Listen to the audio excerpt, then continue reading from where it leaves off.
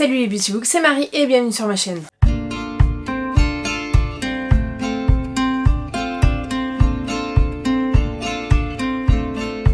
J'espère que vous allez bien, on se retrouve pour une nouvelle vidéo, à savoir mon bilan lecture du mois de juin. Et vous allez voir que c'est pas non plus une franche réussite, mais il y a eu de très bonnes lectures et des un petit peu moins bonnes. Du coup, ce mois-ci, j'ai lu 6 romans pour 3437 pages, ce qui n'est pas fou, mais pourtant j'ai l'impression d'avoir quand même lu des gros pavés.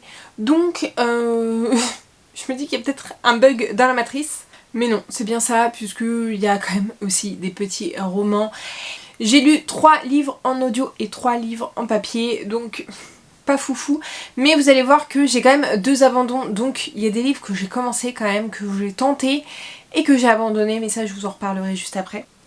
J'ai fait 15 achats ce mois-ci, tout simplement puisqu'il y a 6 qui sont des achats normaux et il y en a 9 qui viennent de Salon du Livre puisque j'ai fait Créteil en poche, mais je vais vous faire une slide spéciale. De toute façon c'était plus ou moins prévu, je pense pas autant, mais ça me fait plaisir, tout ce que j'ai pris ça me fait plaisir et je fais que 2 salons par an et donc à ce moment là je me fais bien plaisir et je prends des genres qui diffèrent un petit peu de la romantaisie que j'ai l'habitude de lire.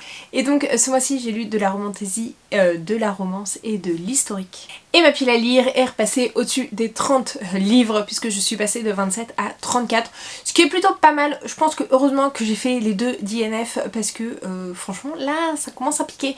J'avoue que au-delà de 35 c'est un point que j'aimerais pas retenter. Si j'arrive à baisser encore ma pile à lire et à repasser sous les 30, sous les 25 même, ça serait plutôt chouette. Ce mois-ci j'ai découvert 3 auteurices, à savoir Kensley Davidson, Lauren Roberts et Chloé Walsh. Et je n'ai absolument que des femmes, donc ça me fait énormément plaisir. Par contre j'ai lu qu'un seul français, 4 des États-Unis et une irlandaise, donc ça c'est plutôt cool. Et je n'ai fait par contre qu'une seule lecture commune. Voilà, il va falloir que j'en refasse un petit peu plus, mais ça fait du bien aussi de faire des petites pauses et de suivre un petit peu son mood à soi et pas être influencé par d'autres lectures. Mais cette lecture commune était obligatoire, vous allez comprendre quand je vais vous le présenter. On passe aux 2 abandons puisque j'ai décidé d'abandonner le Martha Hall Kelly, à savoir Un parfum de rose et d'oubli. J'en suis à plus de la moitié mais il me fait pas du tout envie en ce moment.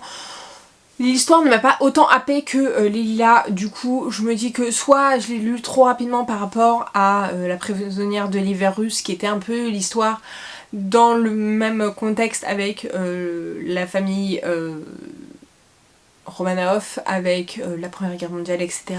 Donc je vais le remettre, enfin voilà, je vais pas le unhaul, je vais quand même le garder sous le coude puisque on ne sait jamais, peut-être que d'ici 1, 2, 3, 4 ans j'aurai envie d'y retourner, mais voilà. Et j'ai abandonné le tome 2 du Fantôme du Vicaire de Éric Foissier, qui me fait un peu plus mal au cœur quand même puisque déjà il est dédicacé et que j'avais envie d'aimer ce thriller historique.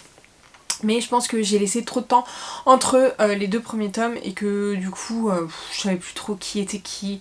J'ai commencé mais j'avais plus d'engouement à continuer cette histoire, donc j'ai décidé de la mettre de côté. Encore une fois peut-être que je la reprendrai dans plusieurs années, mais c'est vrai que moi le côté un peu obscur, un peu occulte, c'est pas ce que j'aime le plus. Donc voilà, et c'était plus pour le côté un peu roman historique, thriller historique que je le lisais. Mais voilà, j'avais pas été non plus méga convaincue par le tome 1, j'avais plutôt bien aimé mais sans plus. Donc voilà, je le mets de côté et il part de ma pile à lire. On passe à mon book haul et en fait je vous ai plus ou moins menti puisque je vous ai dit qu'il y avait un plus 15 dans ma pile à lire, mais il y en a un qui est toujours en attente à la FNAC puisque je ne sais pas si un jour je l'aurai. Et on va commencer par celui-là puisque j'ai commandé le relié de Powerless de Lauren Roberts, puisque je l'ai commencé en audio et que j'ai tellement aimé que j'ai voulu me l'acheter. Mais du coup ma commande a été acceptée mais il n'a toujours pas été envoyé ni réceptionné, toujours en attente du fournisseur. Donc je ne sais pas s'il compte ressortir à un moment donné le relié pour la sortie peut-être du tome 2.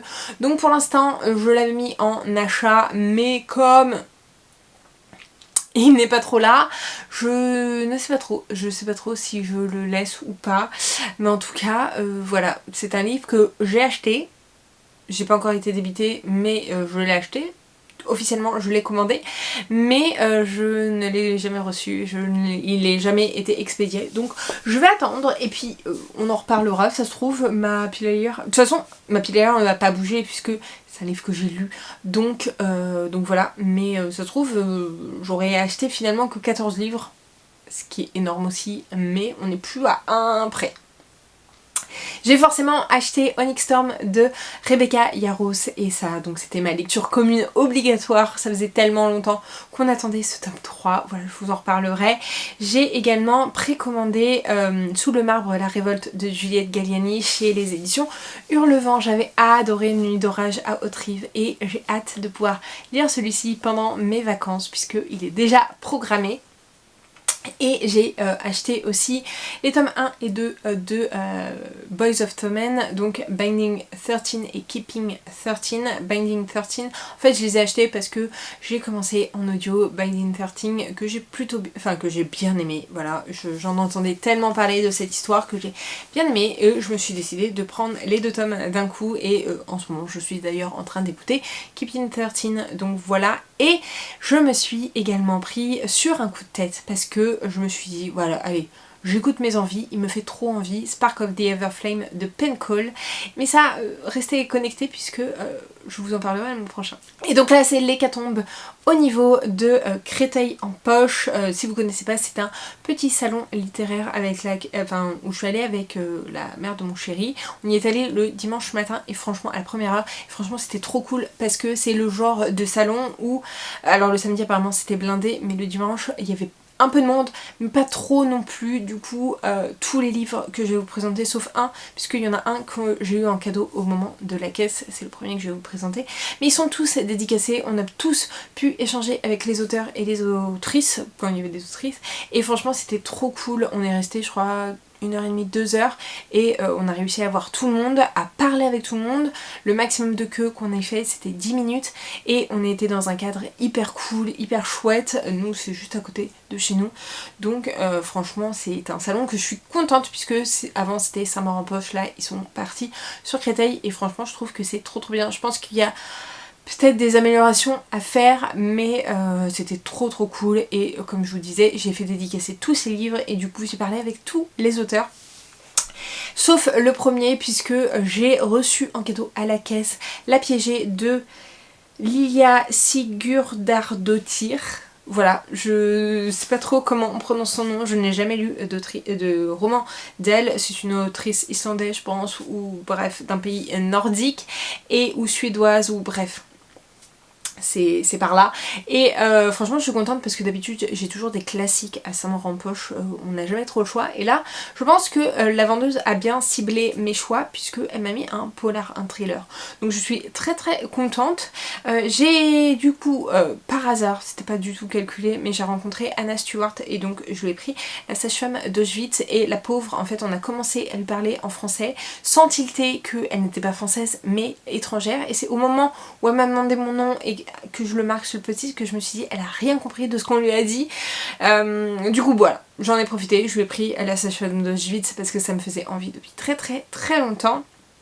J'ai rencontré Niemek et Manchette, je ne sais plus leur prénom, mais je leur ai pris Alabama 1963. C'est un livre qui me faisait très envie depuis très longtemps aussi et que je suis ravie. Voilà, j'ai pu échanger un petit peu avec eux et voilà, on a un peu parlé de leur charte graphique, de leurs 3 histoires différentes, et puis moi j'avais envie de commencer par celui-là, voilà, j'avais envie de commencer par le premier. Ensuite on est allé voir, alors c'est pas du tout dans l'ordre, pas du tout, mais on est allé voir également Angelina Delcroix qui a sorti son livre sur le journal d'un expert psychiatrique ou un truc comme ça. Bref, et ma belle-mère avait adoré, elle a lu un autre roman d'elle qu'elle a adoré, donc elle les avait amenés pour dédicacer, donc c'était passage obligatoire pour elle, et en regardant plusieurs de ses livres, celui-ci, donc L'île des damnés, m'a fortement intéressée, puisque en gros les prisons sont surpeuplées, et du coup il va falloir, enfin les prisonniers vont être mis sur une île, et je pense qu'il va y avoir des tests sur eux, bref. Il y a pas mal de choses qui va se passer, mais ça me faisait très envie jusqu'à ce que je rentre chez moi et que je me rende compte que ça faisait partie d'une saga et que c'était un tome 4 je crois. Donc bah tant pis, je vais tenter celui-là, et puis si j'aime bien sa plume, je tenterai les tomes d'avant ou les tomes d'après. J'ai rencontré, je pense que c'est un des derniers, mais Valentin Musso, voilà, c'était pas trop prévu, mais il était juste à côté d'une autre autrice, et quand on a fait un dernier tour, j'ai vu qu'il y avait personne, et du coup je lui ai pris Le mystère de la maison aux trois ormes, qui me faisait très très envie puisqu'il vient à peine de sortir en poche, et c'est vrai que jamais j'ai eu trop envie de lire ces romans, mais celui-ci m'a donné plutôt pas mal envie, un peu Cluedo à la Agatha Christie. J'ai hâte de pouvoir découvrir, en plus j'ai vu que des bons avis. J'ai rencontré également Romain Puertolas, et j'hésitais pas mal avec les romans, voilà, j'ai découvert son existence avec Les Ravissantes qui me faisait très très envie, un peu ambiance à l'américaine, un peu Texas, enfin western, je sais pas du tout si ça va être ça, mais la couverture me faisait vraiment penser à ça.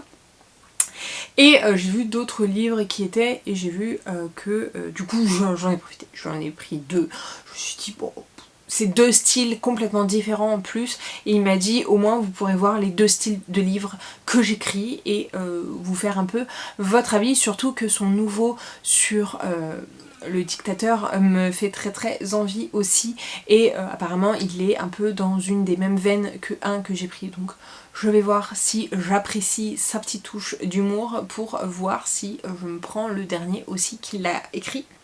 Et donc je me suis pris Les Ravissantes de Romain Puertolas, et je me suis pris aussi Comment j'ai retrouvé Xavier Dupont de Ligonnès, voilà. Celui-là est un peu plus avec du vrai, mais aussi beaucoup d'humour, et donc je suis très curieuse, il est assez petit, je suis très curieuse de voir ce que ça en dit, et en plus il m'a fait une petite dédicace, enfin il y avait un petit dessin, il m'a donné celui sur lequel il avait un petit peu dessiné dessus, donc il m'a dit j'en profite, je vais vous donner celui-ci, ça aura une petite touche particulière. Donc affaire à suivre, voilà, ça va être la première fois que je vais tester cet auteur aussi, comme les premiers d'ailleurs, auteur que j'ai déjà testé, et du coup j'étais ravie de le voir. Il y avait juste avant une personne qui se faisait tatouer une de ses citations avec son écriture, ça l'a beaucoup touché, donc il était tout chamboulé quand je suis arrivée, et donc j'avais adoré Vindicta, et je lui ai dit que voilà, j'avais adoré, que je l'avais rencontré une première fois, que c'est lui qui m'avait conseillé Vindicta, et que j'étais à l'écoute d'autres de ses recommandations.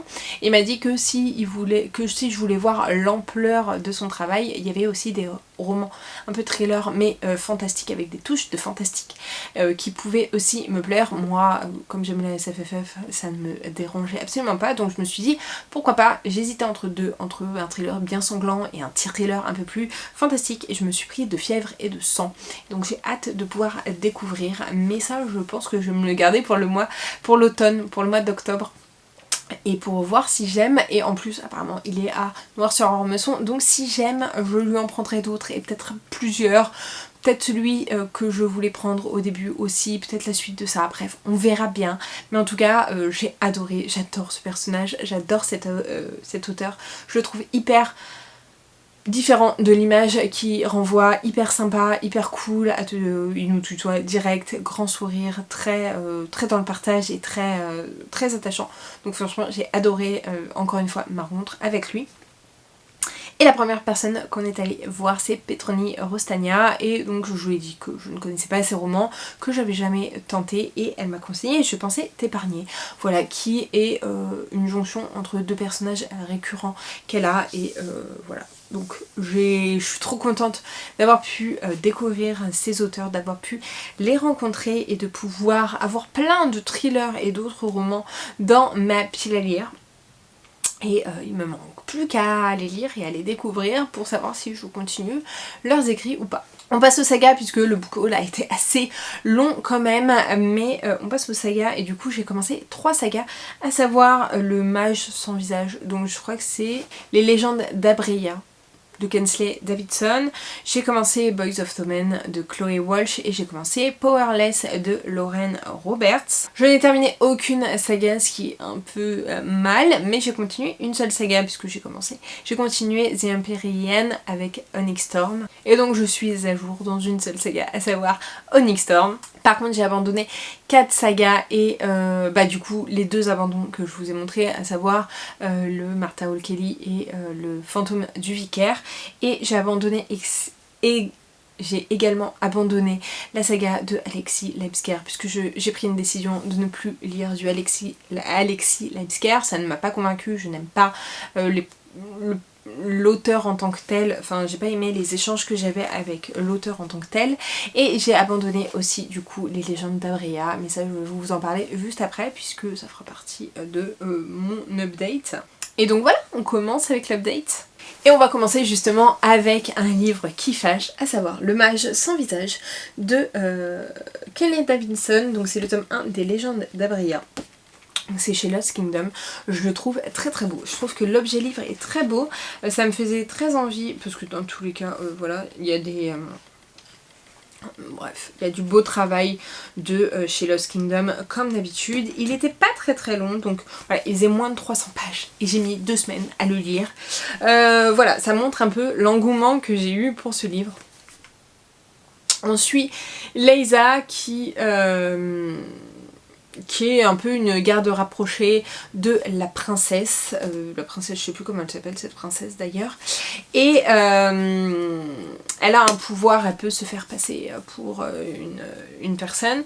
Et elle va être envoyée par le roi en tant qu'espionne un petit peu, puisque cette princesse est promise à un prince d'un camp, pas ennemi mais...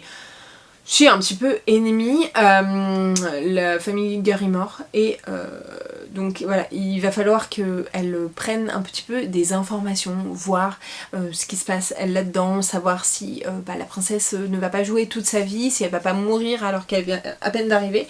Donc voilà, elle va devoir se faire passer pour la princesse, un peu espionnée, et on va lui coller aux trousses un grand garde complètement masqué qui est le garde rapproché du prince ou du roi, bref je ne sais plus, mais qui ne parle pas, qui a un visage couvert, qui est très sombre et en fait on dirait une machine de guerre qui ne répond qu'au roi et qui n'a pas l'air d'avoir beaucoup sa liberté de penser comme on dit, et voilà, et donc elle va l'avoir à ses trousses. Lui il va vite se rendre compte que c'est pas forcément la princesse et que elle a des facultés et elle fait des choses qui sont un peu contre ce qu'elle est censée être, et donc il va y avoir un petit rapprochement entre les deux, et je vous avoue que il n'y a pas grand chose qui m'a convaincue.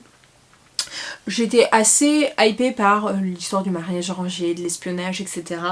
Mais j'ai pas forcément trop apprécié les personnages. Voilà, je me suis pas attachée. Je trouvais qu'ils étaient très froids, très distants. Il y a une espèce de communication qui s'est faite entre eux alors qu'ils ne parlent pas. Enfin, alors qu'il y en a un des deux qui ne parle pas. Enfin le corbeau en tout cas ne parle pas. On apprend petit à petit le passé des deux personnages. On a surtout le point de vue de Leisa, mais on a de temps en temps le point de vue du corbeau. Je sais pas s'il a un prénom ce corbeau, bref. Vous voyez à quel point... Non, le corbeau, il est prénommé le corbeau à chaque fois. Et on va comprendre aussi un petit peu comment il en est arrivé là à devoir servir et pourquoi il est prisonnier, est-ce que il est là de son propre fait ou pas. Mais voilà, le côté mariage arrangé était sympa, le côté un peu espionnage et tout, mais j'ai trouvé ça hyper lent. J'ai pas été hyper hypée par les personnages, par ce qui se passait. Je trouvais que les relations sortaient un peu de nulle part. Voilà, la fin m'a un petit peu convaincue de vouloir tenter la suite, mais plus je prenais du recul, plus je me disais que en fait pas du tout, parce que je pense que j'ai déjà oublié cette histoire. Elle ne m'a pas marquée, voilà, je suis un peu déçue parce que vraiment l'objet livre, voilà, et que la couverture était très marquante, enfin que le résumé était très marquant, mais voilà, Enemies to Lovers Vengeance Slow Burn, il la protégera à tout prix jusqu'à ce qu'elle devienne sa prochaine cible. Oui, non. pas foufou. Donc voilà, je vais pas en dire plus parce que vraiment il m'a pas convaincu. De toute façon 300 pages en 2 semaines, on sent qu'il y a quelque chose qui se trame. Mais voilà, c'est assez sombre, assez dur. J'ai pas vu beaucoup d'avis dessus. Je ne sais pas si les gens n'y sont pas allés, si les gens n'ont pas aimé, si les gens ont beaucoup aimé. Bref, j'ai pas vu d'avis. J'ai un peu pris sur un coup de tête parce qu'il me faisait vraiment envie. En plus, quand je l'avais pris dans les mains, j'avais la nana de la FNAC qui m'avait dit ouais, très bon choix et tout. Donc je m'attendais à quelque chose de hyper cool et en fait ça a été un peu effet soufflet quand même, ça s'est redescendu assez rapidement. Et je vous dis, j'ai pas énormément de souvenirs de ce roman. Donc c'est pour ça que je vais pas continuer cette saga. Ça marche en plus par duologie, donc en fait, il y a vraiment sur cette histoire-là, il n'y a qu'un seul deuxième tome. Mais franchement, vu comment ça allait partir, j'ai pas envie de l'acheter, j'ai pas envie de connaître la suite. J'ai ensuite lu La Duchesse de Buckingham de Shannon Malka aux éditions Hurlevent et j'ai beaucoup aimé cette histoire. Je pense que j'ai un petit peu moins aimé que La Prisonnière de l'hiver russe, mais bon, je vais vous faire un résumé. On suit Helena qui est, on est en 1841 en Angleterre sous le règne de la reine Victoria et on suit Helena qui fait partie d'une famille quand même assez... Enfin, elle vit toute seule avec son père et ses frères, je crois que c'est la seule fille, et elle est quand même issue d'une famille assez noble, son père est un peu haut placé, je sais plus exactement quel type de poste il a, mais en tout cas il a un gros poste, il est quand même assez connu, il a une réputation, et un jour elle vit dans sa campagne tout tranquillement, et un jour elle va accompagner une de ses servantes, une de ses gouvernantes, faire un peu de shopping chez la modiste ou un truc comme ça. Et elle va être témoin d'un acte très très compliqué sur de la maltraitance sur enfants, sur le travail d'enfants. Et elle va décider d'écrire un article dessus via le biais de son frère. Elle promet à son frère de ne pas le signer et finalement elle le signe, et donc elle va être amenée à partir à la couronne. La reine Victoria la veut sous son aile pour un petit peu la surveiller et pour lui dire on va travailler ensemble sur ce sujet, je sais que c'est important, etc. Et donc il y a un rustre garde qui vient la chercher. Et donc on va la suivre dans sa vie à Buckingham, entre le fait que elle veuille aider absolument, que voilà, elle veut apporter sa pierre à l'édifice sur cette maltraitance infantile, sur cet esclavagisme un peu infantile dans les bas-fonds. Et elle va de front vers la reine de temps en temps, en lui disant sa façon de parler et voilà, et de penser. Elle va contre certains ordres de la reine, et là-dedans on a un petit triangle amoureux aussi, on va pas se mentir. Et voilà, j'ai adoré l'ambiance, un peu l'ère victorienne. J'ai été très surprise du fond justement sur l'enfant, la maltraitance infantile, sur la misère qu'avait le bas peuple en fait. Et voilà, sous le règne de Victoria, j'avais jamais lu de roman et je connaissais pas trop l'Angleterre sous le règne de Victoria, et franchement j'ai beaucoup aimé ce côté là. En plus Shannon Malka, elle est historienne de métier, donc on sent que le contexte historique elle le connaît très bien, c'est son primo roman, donc franchement j'ai trouvé que c'était très addictif, j'avais envie d'y retourner. J'aime beaucoup les romances qu'elle dépeint. Le seul hic pour moi, ça a été un petit peu les choix de décision finaux et que j'ai pas forcément très apprécié et très validé. Voilà, c'était pas à mon goût en tout cas. Mais sinon j'ai énormément aimé, j'ai tout aimé, j'ai aimé la romance, j'ai aimé que j'ai trouvé très crédible en plus, j'ai aimé les relations entre les personnages, les amitiés, j'ai aimé le contexte historique, j'ai aimé la plume. Franchement la plume est hyper addictive et hyper... Bref, je suis très très contente d'avoir enfin découvert ce roman là. Je l'avais offert à ma grand-mère qui l'avait beaucoup aimé et j'avais hâte de pouvoir la découvrir, et en fait Émilie de la bibliothèque d'Emilia avait organisé une lecture commune, je crois sur le mois de mai. J'avais pas eu le temps de la lire, donc j'avais lu ça tout début juin. Et franchement, j'ai adoré. Voilà, c'est les raisons... Enfin, franchement, ça coche parfaitement ce que la maison d'édition sort. Le côté un petit peu gothique en moins, parce que je trouve qu'il y a des romans qui sont très très sombres et des romans un peu moins, un peu comme celui-là. Celui-là est un peu moins sombre, mais il a sa part de sombre quand même. Et voilà, j'ai beaucoup aimé ce roman. Je suis très contente de l'avoir enfin découvert.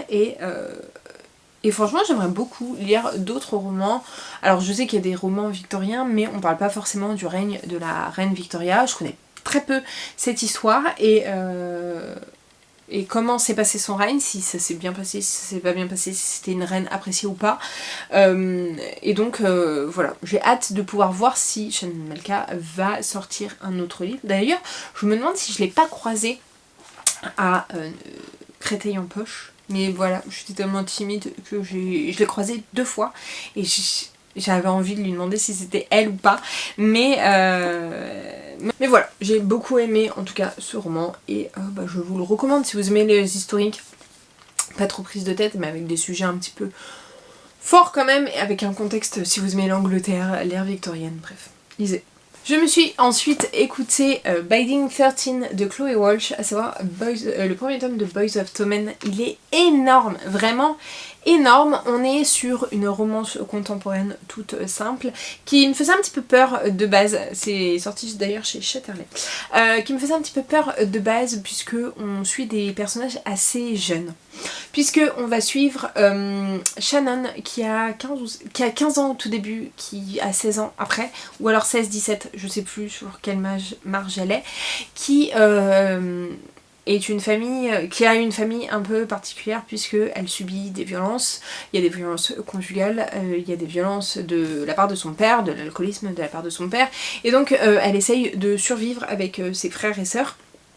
Et elle se fait énormément harceler dans son ancienne école et donc sa mère va décider de prendre un prêt limite pour l'envoyer à Tommen, donc un lycée privé où il y a ses copines, et elle se dit que c'est un peu la dernière chance parce que elle sent que sa fille ça va pas fort et que on sait que le harcèlement peut conduire à certaines choses assez difficiles et assez radicales.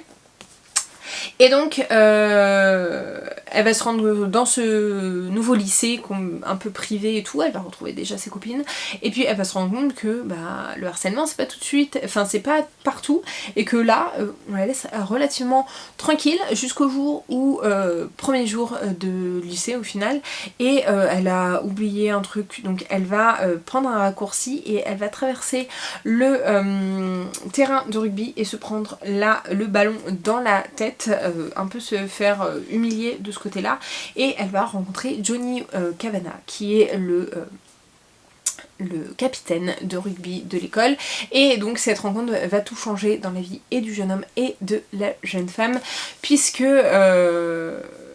voilà, il va y avoir une attirance, lui il ne vit que pour le rugby, voilà c'est sa carrière, il est censé passer en professionnel, donc il a toujours vécu que pour le rugby et voilà il a des petits plans fesses de temps en temps, mais il n'a jamais eu rien de sérieux et il n'a pas envie d'une relation très très sérieuse. Shannon elle a toujours été hyper invisible et là elle se retrouve à côtoyer le mec le plus célèbre de tout le lycée, donc il y a un bouleversement de vie dans les deux et franchement ils ont chacun.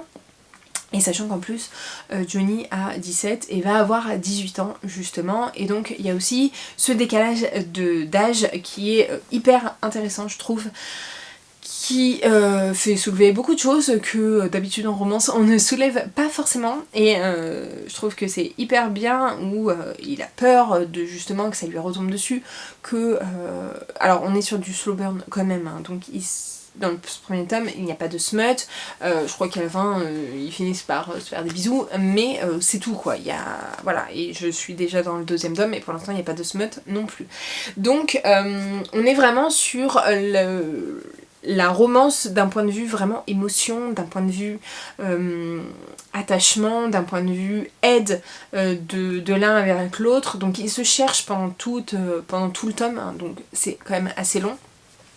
Mais il y a des sujets hyper forts et hyper sensibles et hyper difficiles, puisqu'on a des scènes très difficiles du côté de Shannon avec son père, avec sa mère, avec ses frères, enfin voilà, il y a beaucoup de choses très difficiles où on a très mal au cœur. Elle le cache à beaucoup de personnes, dont Johnny. Johnny n'est pas au courant de ce qui se passe, et Johnny assez tard aussi, puisque il a été opéré il n'y a pas très très longtemps et il reprend à peine les entraînements, sauf que sa rééducation et sa reprise ne se passe pas comme il l'aurait souhaité, et donc tous ses plans vont un peu voler en éclats.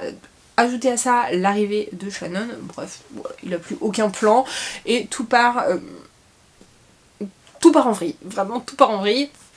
Mais franchement j'ai beaucoup aimé ce roman. Je trouve que ça change des romances qu'on peut trouver autre part, parce que justement il y a des... Alors ça m'a moins ému, en plus je l'ai écouté en audio, donc je pense que j'ai eu quand même un petit détachement par le biais de l'audio, mais c'est le genre de roman que Brittany C. Cherry aurait pu écrire. Donc vous voyez un peu les thèmes abordés, vous voyez que c'est un roman qui est censé nous marquer et nous prendre. J'ai adoré ce roman, vraiment, j'ai beaucoup aimé cette histoire, j'ai trouvé que c'était très bien exécuté, j'ai trouvé que, voilà, c'est peut-être un peu trop long pour moi, je pense qu'on aurait pu enlever quelques pages, mais j'ai beaucoup aimé. Je sais qu'il y a beaucoup de personnes qui ont pleuré et je comprends, moi je suis pas du genre à pleurer dans les livres, surtout moi en audio, mais j'ai eu mal au cœur pour nos personnages, j'ai souffert avec nos personnages, et voilà, c'est pas des livres à mettre dans les mains de n'importe qui, puisque il y a des thèmes très très durs et c'est décrit, vraiment, c'est décrit et c'est dépeint, et voilà, c'est pas des livres à mettre dans les mains de n'importe qui, pas mettre dans les mains des plus jeunes parce que vraiment c'est compliqué, même si c'est des sujets qu'ils doivent connaître, mais je trouvais que voilà, même l'histoire du consentement, de l'âge, de la majorité, de la minorité, etc. était très très bien traitée, et du coup c'est pour ça de toute façon que je l'ai acheté, et du coup j'enchaîne quand même avec le tome 2. J'ai laissé un petit peu mûrir un peu et j'enchaîne du coup avec le tome 2, même si je l'ai un petit peu mis de côté, mais j'aime toujours autant. Et encore une fois, là le tome 2 va conclure l'histoire de Shannon et Johnny, et ensuite on va avoir des tomes compagnons, donc je sais pas si c'est à chaque fois 2 par 2 ou si après ça sera que des tomes uniques compagnons, mais en tout cas voilà, les 2 premiers tomes sont sortis en français. Je crois qu'en tout il y a 5 ou 6 tomes en anglais, donc voilà, je sais pas si je continuerai après. Je sais que le tome 3 est sur le frère de Shannon, et je suis très hypée parce que on parle un peu plus là dans ce tome 2 du frère de Shannon, de son histoire, de son passé, et donc on sent que ça va amener, que ça va être une bonne glissade et une bonne porte de sortie pour le tome suivant, mais voilà, en tout cas j'ai beaucoup aimé. De toute façon si je l'ai pris en papier, c'est que j'ai beaucoup aimé. On repasse à de l'historique, on repasse à de l'historique, puisque j'ai lu Les Orphelins de Philadelphie de Hélène Marie Wiseman, que j'ai adoré. Vraiment, j'ai trop aimé. Encore une fois, tire-larme, j'étais à deux doigts de pleurer. Vraiment, j'étais à deux doigts de pleurer. Alors je sais pas si je lui ai mis un coup de cœur, on va regarder. Peut-être que oui. Oui. Je confirme, je lui ai mis un coup de cœur, ou alors, enfin vraiment on était à rien du coup de cœur. On va suivre Pia, on est en 1918 aux États-Unis, puisqu'on est à Philadelphie, et la grippe espagnole est en train de sévir et de ravager tout le monde. Elle vit toute seule avec sa mère et ses 2 petits frères jumeaux, je crois qu'ils sont jumeaux, ils ont quelques mois, puisque son père, en plus elle fait partie d'une famille allemande en Angleterre, avec la fin de la guerre, un petit peu compliqué comme contexte, et son père, pour montrer qu'il est quand même pro-USA, il est parti pour servir son pays, pour se battre pour son pays, et donc elle vit toute seule avec sa mère et du coup ses 2 frères jumeaux, ou frères et sœurs jumeaux, je sais plus si c'est une fille, un garçon ou 2 garçons, bref, pas très grave, jusqu'au jour où sa mère décède dans son appartement de la grippe espagnole, justement, du jour au lendemain, elle n'est plus là, et donc elle a 13 ans, elle va devoir s'occuper de ses frères et sœurs, frères et sœurs, bref je sais pas, et elle va décider de braver un petit peu l'interdit parce qu'il y a gros couvre-feu et tout, et d'aller chercher des victuailles. Voilà, ils ont plus rien à manger, plus rien à boire, il n'y a plus de lait pour les gamins et tout. Et sauf que en allant chercher, elle va tomber et elle va attraper la grippe espagnole aussi. Et voilà, elle va se réveiller au bout de quelques jours. On a un autre point de vue qui est celui de Bernice, qui est la voisine de Pia, qui la voit en face et qui elle vit toute seule. Elle a perdu son mari et son enfant justement de la grippe espagnole. C'est un peu une vieille mégère, on a l'impression à un moment donné. Et donc elle voit Pia sortir de l'appartement, rentrer dans le sien parce que Pia en plus a essayé de chercher de l'aide auprès des voisins d'en face justement. Et elle va décider d'aller dans l'appartement de Pia et elle va récupérer les deux frères, ou le frère et la soeur, bref, elle va récupérer les jumeaux. Et donc Pia, quand elle se réveille au bout de quelques jours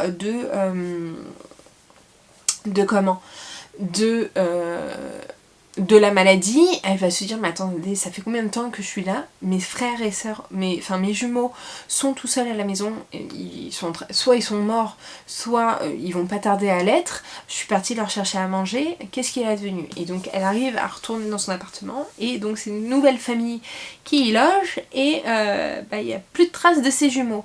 Donc elle va être envoyée à un orphelinat, et elle va passer de... Voilà, on va vivre sa vie d'orphelinat, elle va être à un moment donné adoptée par une famille, etc. Bref, voilà. Et elle va avoir, en plus, elle va aider les sœurs de l'orphelinat auprès des enfants, de la guérison des enfants, de la pouponnerie des enfants, etc. Puisque voilà, il y a beaucoup de morts, donc beaucoup d'enfants, etc. Et on va retrouver aussi notre Bernice qui se fait passer pour une infirmière et qui troque un petit peu les enfants. On sait pas trop, elle fait un peu du trafic d'enfants.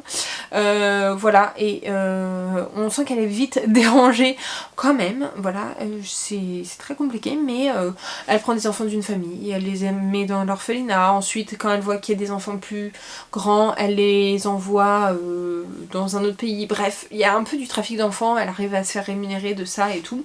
Et Pia, pendant ce temps-là, elle se demande quand même ce qu'il est devenu de ses jumeaux. Personne n'en entend parler. Elle en parle justement à cette nouvelle infirmière qui débarque avec des enfants. Qui dit, elle a forcément, ça se trouve, elle a vu ou elle peut se renseigner sur mes jumeaux. Et sauf que elle ne sait pas que c'est cette personne qui a récupéré ses jumeaux. Et donc on a ce double point de vue là d'une toute petite fille, d'une enfant qui grandit sans repère dans un orphelinat où elle est censée survivre, et on a cette mégère qui fait un peu n'importe quoi, qu'on a envie de baffer, et où on a envie de baffer aussi certains parents, mais on comprend aussi la détresse puisqu'elle amène hyper bien les choses. Elle se fait passer pour une infirmière de la Croix-Rouge, je crois. D'ailleurs, bref, une histoire hyper bouleversante, franchement, je savais pas trop où j'allais là-dedans. Je savais qu'on parlait d'orphelins et de la fin de la guerre. Je me souvenais plus que c'était sur la grippe espagnole. J'avais plus trop lu le résumé, mais de toute façon moi, Hélène Marie Ousmane, ça fait toujours...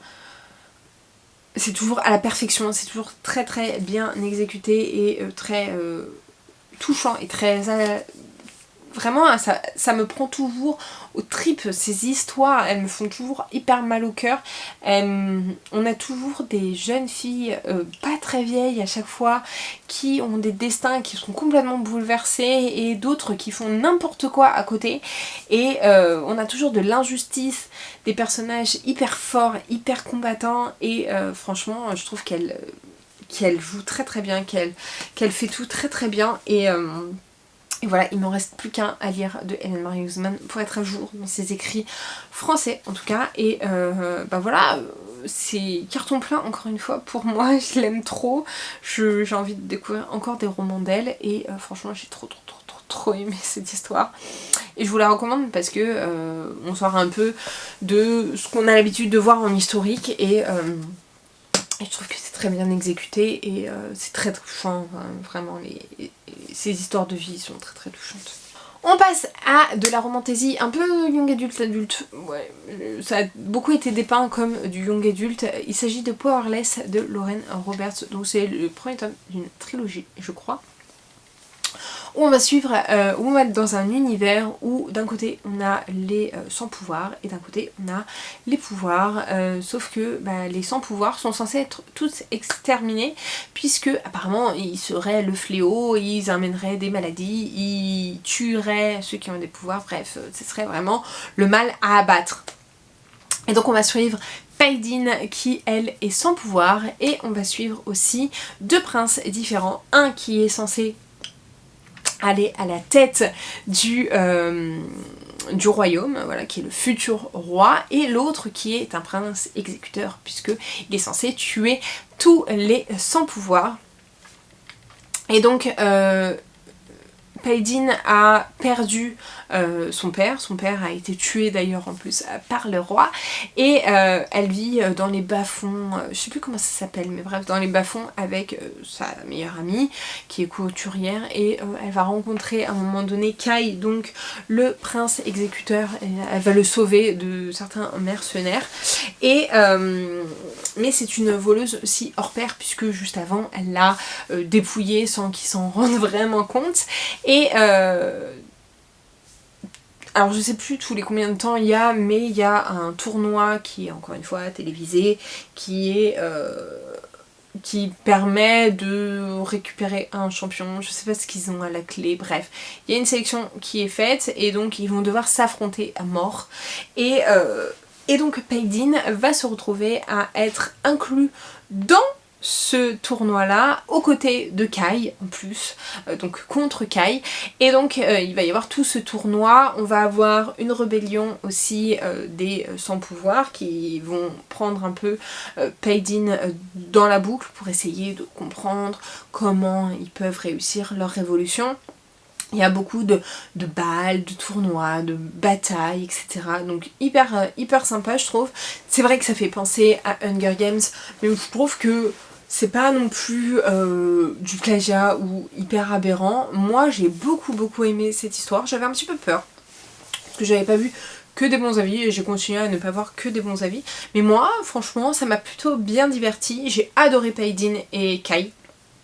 J'ai adoré nos personnages, j'ai beaucoup aimé comment les tournois étaient faits, j'ai beaucoup... on a un mini triangle amoureux qui n'est pas vraiment un triangle amoureux je trouve, puisqu'on sait rapidement vers qui la romance va aller, mais on a Paydin qui navigue d'un prince à un autre, qui va récupérer des informations, qui va essayer de repousser un peu son attirance envers Kai et du coup se rapprocher un peu plus de l'autre prince qui est un peu plus sympa en plus, qui est voilà, qui est tout simple, etc. Et elle a toute cette rancœur quand même par rapport à la royauté et par rapport à ce qui s'est passé avec son père, et donc elle va devoir aussi cacher qu'elle n'a pas de pouvoir, voilà, elle se fait passer pour une médium, elle va devoir cacher qu'elle n'a pas de pouvoir parce que sinon elle se fait complètement rasibouiller. Et franchement voilà, j'ai adoré cette histoire, j'ai passé un très bon moment, je trouve qu'en audio c'est passé très bien, c'était hyper addictif, j'avais envie de connaître la suite, j'ai adoré les personnages. Moi de toute façon il m'en faut pas plus, encore une fois c'est, je pense que c'est là où il y a aussi ce côté un peu young adulte, parce qu'il n'y a pas de scène de smut, il y a des rapprochements, c'est quand même en enemies to lovers, oui, parce que ils sont censés être ennemis, mais c'est pas des vrais ennemis. Je pense que le tome 2 ça sera un peu plus en enemies to lovers vu la fin du tome 1, mais voilà, il y a plein de choses qui sont hyper bien exécutées. Je comprends que ça soit comparé à Hunger Games, je trouve que on peut le comparer à pas mal de types d'histoires, parce qu'au final il y a beaucoup d'histoires qui finissent par se ressembler. Il y a toujours des personnes qui récupèrent des idées d'autres et qui les remettent à leur façon. Je trouve que c'est un peu cette idée ici. Il n'y a pas de grande innovation, mais j'ai trouvé que ça faisait bien le taf, c'est addictif. J'ai adoré les personnages, j'ai adoré ce qui s'y passait, j'ai beaucoup aimé les points de romance, je trouvais pas ça invraisemblable ni rien. Y a rien qui m'a gênée dans cette histoire et j'ai très envie, et c'est pour ça aussi que j'avais envie de me commander le relié. Si je ne l'ai pas, dans tous les cas je pense que je me le prendrai en papier, et j'ai hâte d'avoir le tome 2, il faudrait que je lise la petite nouvelle, donc Powerful, mais là où on va suivre plus sa meilleure amie justement pendant le tournoi justement. Mais voilà, c'est un tout petit truc, ça je le prendrai peut-être pas en papier parce que c'est un petit peu cher pour ce que c'est. Et voilà, mais j'ai hâte d'avoir déjà la suite puisque franchement c'est une saga que j'aime beaucoup. Voilà, c'est pas révolutionnaire, c'est pas... ça peut ressembler à d'autres histoires qu'on a déjà vues, ça peut être pas foufou pour certains, mais moi franchement j'ai passé un très très bon moment, je me suis éclatée, j'avais envie d'y retourner et à chaque fois c'est ça qu'il me faut pour que je continue. Et donc le dernier que j'ai à vous présenter, il s'agit donc de Onyx Storm de Rebecca Yarros, donc chez Hugo Roman. Il est un peu plus petit mais il est écrit minuscule, c'est un gros pavé de plus de 600 pages, écrit minuscule, et je ne pensais pas arriver à le finir avant la fin du mois. Mais heureusement que l'audio a existé, mais ça m'a peut-être un peu desservi dans ma lecture. J'arrivais pas à lire, enfin j'avais trop de travail pour réussir à lire en papier. J'avais beaucoup de mal et j'ai lu un petit peu en papier mais surtout en audio, et je pense que c'est peut-être aussi un des points qui m'a fait un petit peu moins l'aimer par rapport à d'autres. Pourtant pour ceux qui aiment plus le côté fantasy que le côté romantasy, vous allez être servis par ce tome 3 puisque on va aller un peu plus à la recherche d'un certain type de dragon, on va aller un peu plus en quête, et vu la fin du tome 2, les personnages, que ce soit Xaden et Violette, ne peuvent plus avoir de rapprochement physique. Donc autant vous dire que ça coupe un petit peu le côté romantasy et le côté trop smut qu'on pouvait reprocher au premier tome, que moi je reprochais pas parce que j'aime beaucoup les scènes de smut entre Xaden et Violette, vraiment c'était... Enfin bref, j'adore. Moi franchement, Force Wing, j'aime énormément cette saga. J'avais trop hâte de pouvoir lire cette histoire, et si vous connaissez pas Force Wing, que vous sortez de votre grotte, je vais vous faire un résumé rapide. On suit Violette qui... on est dans un univers où on a une espèce d'académie où Violette a toujours été... prévu de devenir scribe, mais le jour où elle va devoir rentrer à l'académie, sa mère, qui est un grand général, va dire que non, elle s'est toujours préparée à devenir scribe, mais elle va devenir cavalière. Et sauf que les cavalières, c'est pas le même style d'apprentissage, puisque la première année est très mortelle, la deuxième année est un peu moins mortelle, mais que déjà en fait les 3/4 de la première année n'en ressortent pas vivants. Et donc pendant cette première année, en plus, le fait de cavalier, c'est qu'on est sur des dragons. Voilà, c'est pas des chevaux qui sont en cavalier, mais des dragons. Et donc les personnages vont se lier à des dragons. Et dans cette histoire, on a toute une rébellion qui a été décimée par justement la mère de Violette, entre autres. Et donc ils sont marqués, les enfants sont marqués. Et donc on a Xaden qui est le fils de l'ancien grand chef révolutionnaire, et donc tout le monde lui dit tu ne l'approches absolument pas, mais elle va se retrouver liée avec ce personnage, avec Xaden. Et donc on se rend compte que, enfin on comprend vite qu'il va y avoir une romance entre les deux. C'est chaud, caliente entre les deux, ils font pas de main morte, vraiment. C'est très smut, mais moi j'aime beaucoup aussi l'univers, le côté hyper dragon, enfin le côté dragon justement, les liens qu'ils ont avec les dragons, l'univers, l'académie, enfin franchement j'aime énormément cette histoire. Encore une fois, ça casse pas 10 000 pattes à un canard, mais franchement moi j'aime énormément. Je vais pas dire que c'est naze, je vais pas dire que c'est nul, je vais pas dire que c'est mal écrit ni rien, je suis personne pour dire ça, parce que moi ça me satisfait amplement, je passe un très très bon moment, j'ai envie de connaître la suite, j'adore le world building. Du coup le fait qu'on ait un peu moins de romance m'a quand même un peu gênée aussi, parce que là on en a quasiment plus du tout, parce que les personnages ne peuvent plus se toucher, presque quasiment plus se toucher. Mais le world building continue à se construire, on a des grosses intrigues de fantasy pure, de dragons purs, d'univers pur, d'alliances, de plein de choses. J'ai eu des moments où mon cœur s'est complètement brisé, vraiment, il y avait des trucs que j'étais pas prête. Madame Rebecca Yarros, vous m'avez fait mal au cœur, vous m'avez brisé le cœur plus d'une fois. Je vais me dépêcher. Mais franchement voilà, j'ai trouvé un chouïa en dessous des autres, un peu moins addictif que les autres. J'ai trouvé un petit peu plus dans la longueur, surtout comme on voit que c'est écrit en pâte de mouche et tout. Je pense que l'audio, encore une fois, n'a pas aidé et que mon rythme de lecture, ma frénésie de lecture n'a pas aidé non plus, mais j'ai déjà hâte d'avoir la suite alors qu'il n'est toujours pas écrit en anglais, mais j'ai déjà hâte d'avoir la suite et franchement c'est un univers que j'aime énormément. Voilà, j'ai envie de lire d'autres romans sur des dragons, sur des académies comme ça, parce que y a plein de trucs qui sont hyper bien cochés pour moi, et voilà. Et pour ceux qui aiment pas trop le smut, dans celui-là il y en a quasiment pas.